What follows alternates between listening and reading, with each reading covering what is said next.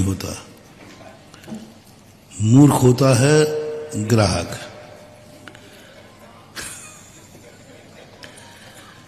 मैं तो कहता हूं तुम जैसे मूर्खों से जो लोग पैसा ठग के ले जाते हैं वे बहुत होशियार आदमी, बहुत बुद्धिमान। मूर्ख लोग तुम हो। मैं कह रहा हूं कि बाहर के लिए पैसा कोई भी व्यक्ति कहीं के लिए भी चंदा चिट्ठा इकट्ठा करने आवे, कभी 1 रुपया नहीं देना चाहिए। जितना चंदा चिट्ठा कहीं भी किसी के लिए भी हो, यदि मैं भी कहीं के लिए चंदा चिट्ठा की कहूं तो भी कभी हाँ मत भरना। चंदा चिट्ठा कोई भी हो, चाहे वो ग्रस्त हो, चाहे साधु हो, चाहे साध्वी हो, महाराज हो, ब्रह्मचारी हो, कोई भी हो, कहीं के लिए भी चंदा मांगे कभी भी 1 रुपया देना नहीं चाहिए। ये पैसा सब फ्रॉड होता है, सब बीच में उसके कमीशन होते हैं, सब बीच में गायब हो जाता है। वही वाली बात होती है जो कहीं के लिए भी चंदा चिट्ठा देता है, कहीं के लिए भी। तो वही राजीव गांधी का उदाहरण याद है, दिल्ली से 1 रुपया चलता है उपभोक्ता के पास, तो ऐसे ही तुम्हारा है। तुम ये चंदा चिट्ठा देते हो ना, जहां जिस क्षेत्र के लिए जहां के लिए, वहां 15 पैसा पहुंचता है, 85 पैसा बीच में नहीं देना चाहिए, कभी नहीं देना चाहिए, भूल के भी नहीं देना चाहिए। कहीं के लिए भी, हाँ बस आपको यदि कहीं के लिए आपके लिए मांग की है जाना, आप खुद समाज वाले जाइए। आजकल जाने आने में कोई दिक्कत नहीं है, खूब आराम से तीर्थ की वंदना कीजिए और जाकर के जो भी दान लिखाना है वहां करोड़ों दे के आ जाओ ना। दान की मना नहीं है, लेकिन ये बीच में जो दलाल है, कोई भी व्यक्ति, कोई महाराज भी कहें कि हम वहां के लिए पैसा भेज रहे हैं, वहां के लिए पैसा भेजना है, वहां के लिए भेजना है, ये सब बातें ठीक नहीं है। वो नियम से कहीं ना कहीं गड़बड़ी होती है और कोई ना कोई वहां जमा भी हो जाएगा तो उसके बाद से गड़बड़ होगा।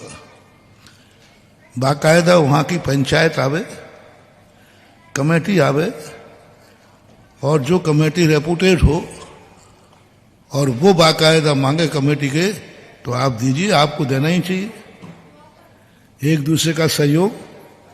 लेकिन एक कमेटी को, बाकायदा कमेटी को बुलाओ, कमेटी आवे, हाँ भाई हम लोग वहां कार्य कर रहे हैं, हम सबसे आपसे सहयोग की याचना कर, कमेटी करे।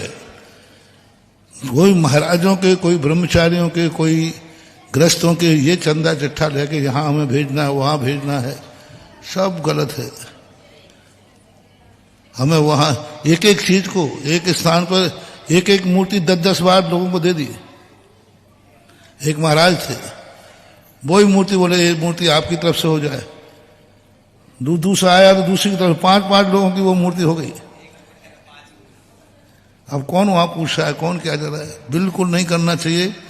समाज मूर्ख है जो आप लोग इस प्रकार कहते हैं, स्पष्ट मना कहिए। मैं साधु कहीं भी आपको आता है तो वहां से भी आप यही कह दीजिए, साहब हमारे यहां भी बहुत सारे काम हैं, हमारे यहां भी बहुत सारे काम हम यहां करेंगे, और कहीं देना है तो ठीक है महाराज, हम लोग जाकर के वहां खुद दे करके आएंगे। 2 व्यक्ति आप चुनो और पैसा ले जाओ और सारा वहां के दे के आओ। और या फिर ऐसी रेपुटेड संस्था हो, ऐसे लोग हों जिसमें तुम भी सदस्य हो, तुम्हें भी ट्रस्टी बनने का मौका मिले, और तुम्हारे गांव में कोई लेने आया और तुम खुद उसके ट्रस्टी हो, तो वो तो संस्था तुम्हारी खुद की हो गई। जब तुम्हारे गांव के लोग उसके ट्रस्टी हैं, मान लो दिल्ली है, मान लो कलकत्ता है, वहां कोई क्षेत्र बन रहा है और तुम्हारे गांव के 2 व्यक्ति ट्रस्टी हैं उसमें, तो अब वो मंदिर तो तुम्हारा खुद का ही हो गया। और तुम लोगों को मालूम, तुम्हारा ना तुम्हें आता है, ना पता है, ना कुछ है, बस करते हैं। ऐसी स्थिति, एक बार ऐसा हुआ, एक स्थानीय कमेटी में आचार्य श्री का चतुर्मास हो रहा था, तो वहां किसी ने, बस लोगों ने दिमाग लगाया कि आचार्य श्री के संघ के इतने चतुर्मास होते हैं, सभी चतुर्मासों में आचार्य श्री के क्षेत्र बन रहा है, वो क्षेत्र के लिए एक एक कलश बैठाला जाए और वो कलश की राशि वहां जाएगी जहां पर आचार्य श्री का चतुर्मास हो रहा है।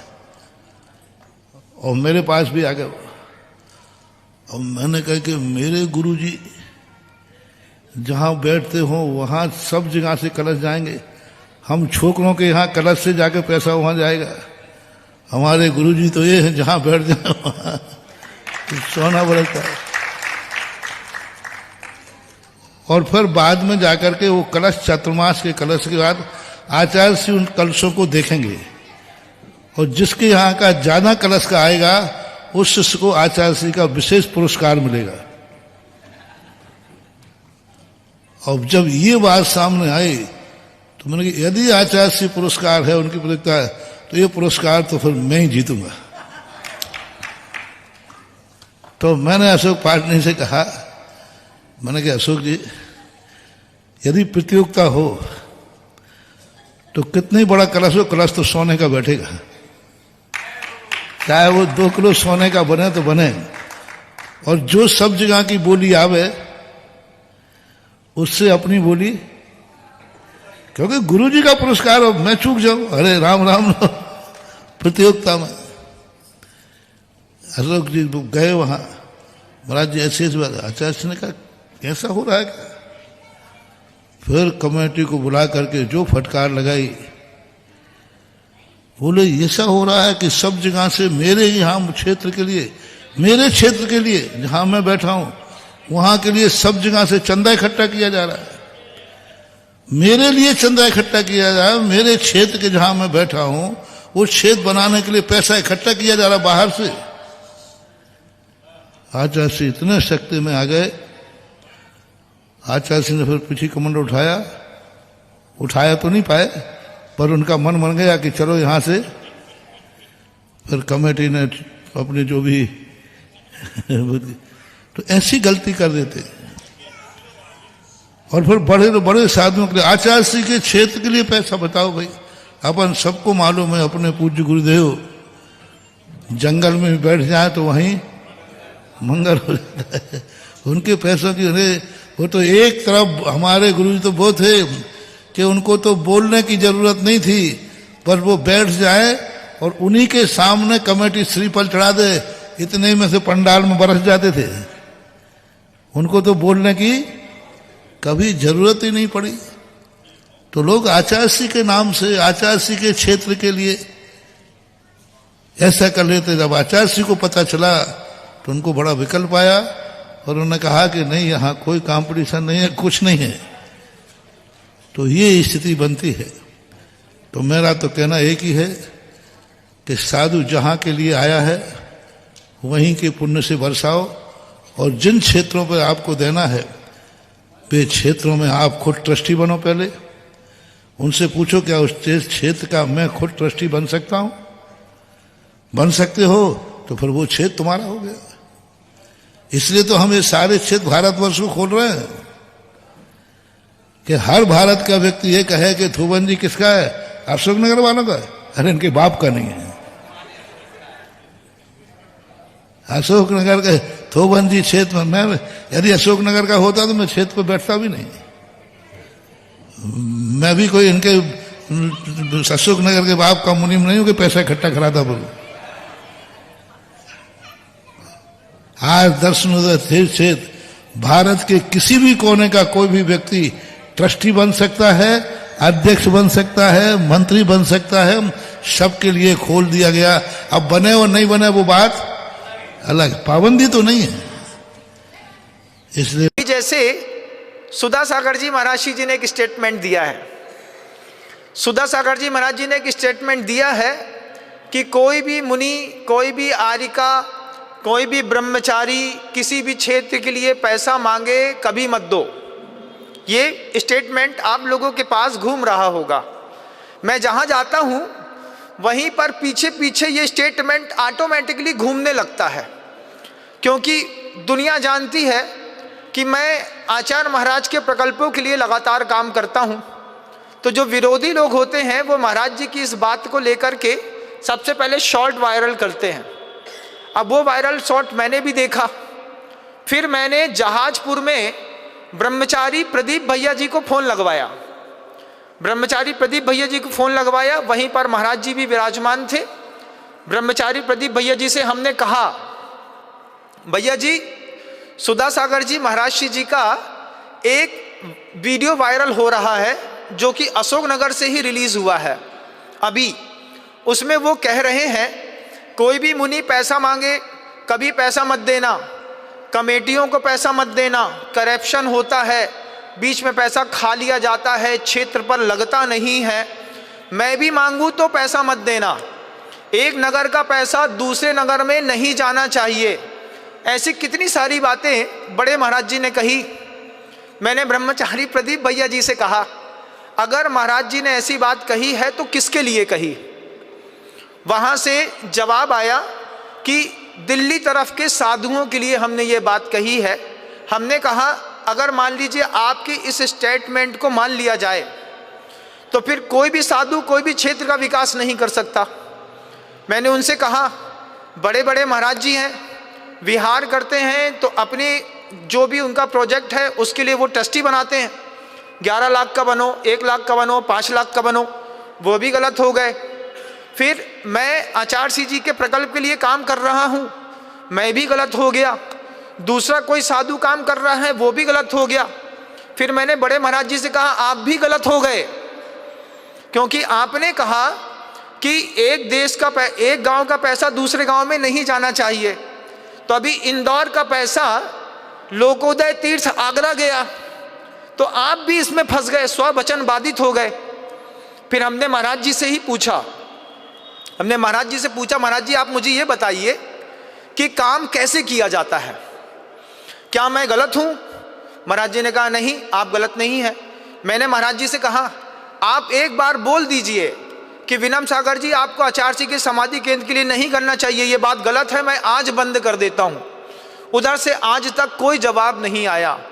लेकिन मैं जहाँ कहीं भी जाता हूँ सुधा सागर जी महाराज जी का ये वीडियो पीछे पीछे जरूर वायरल हो जाता है, लोग वायरल कर देते हैं, हो जाता है। अब महाराज जी ने तो कह दिया, एक तो बहुत दिन बाद महाराज जी ने शिथिलाचार को लेकर के कोई बात कही।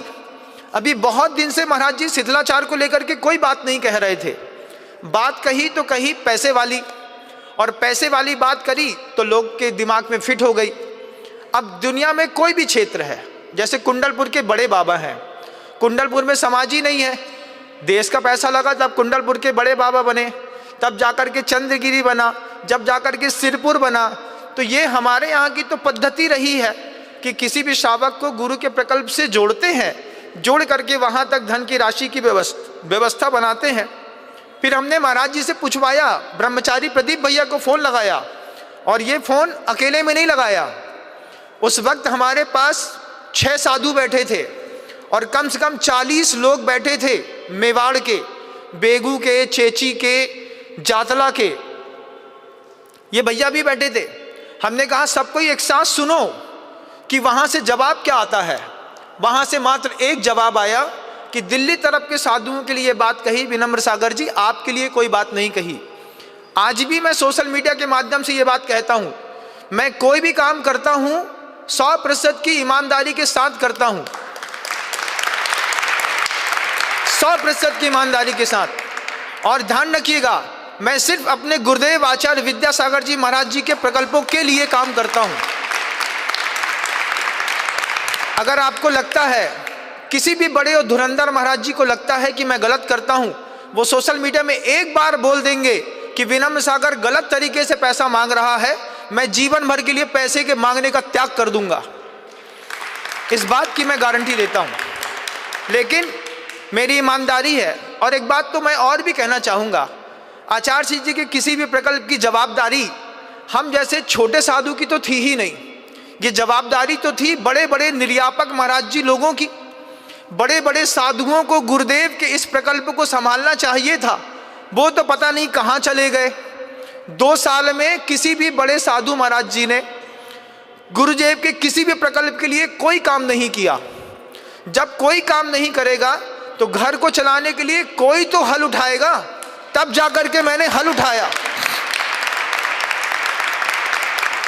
आज मैं खेती करता हूं, जगह जगह जाकर के जनता को जोड़ता हूं, तो पीछे पीछे किसी को लगता होगा कि कहीं ऐसा ना हो कि इनकी प्रभावना हो जाए या काम हो जाए।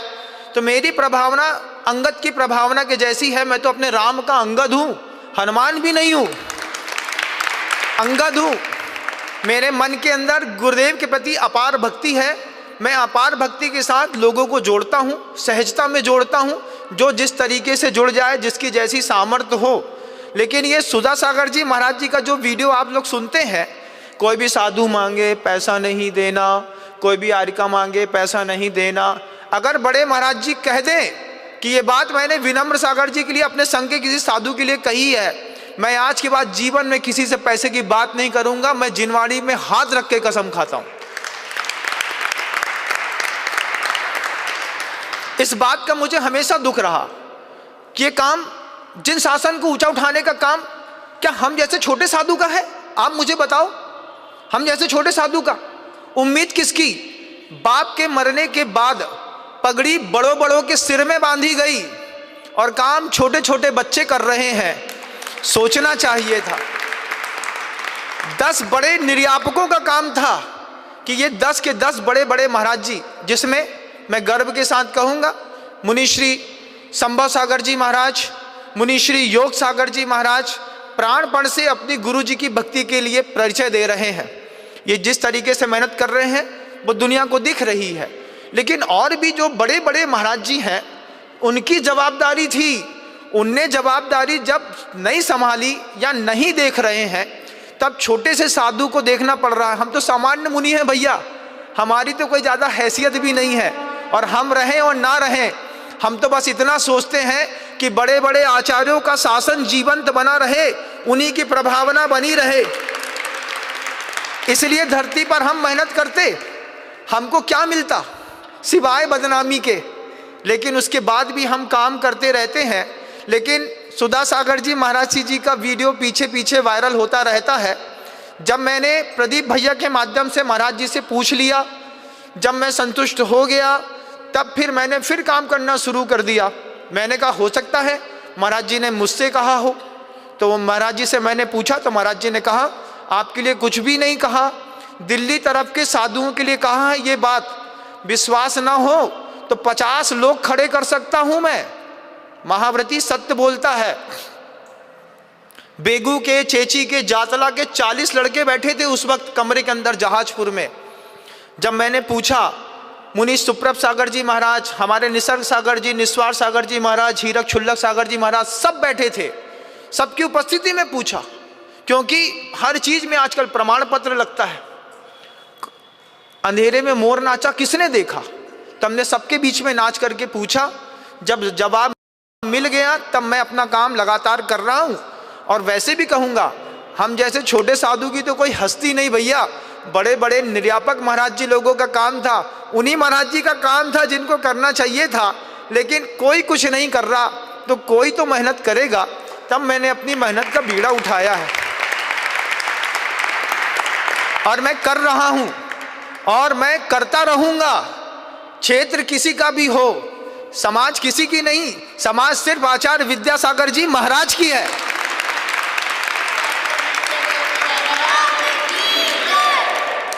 हम सोचते हैं कि हम ही सबसे बड़े जादूगर हैं, लेकिन ऐसा नहीं।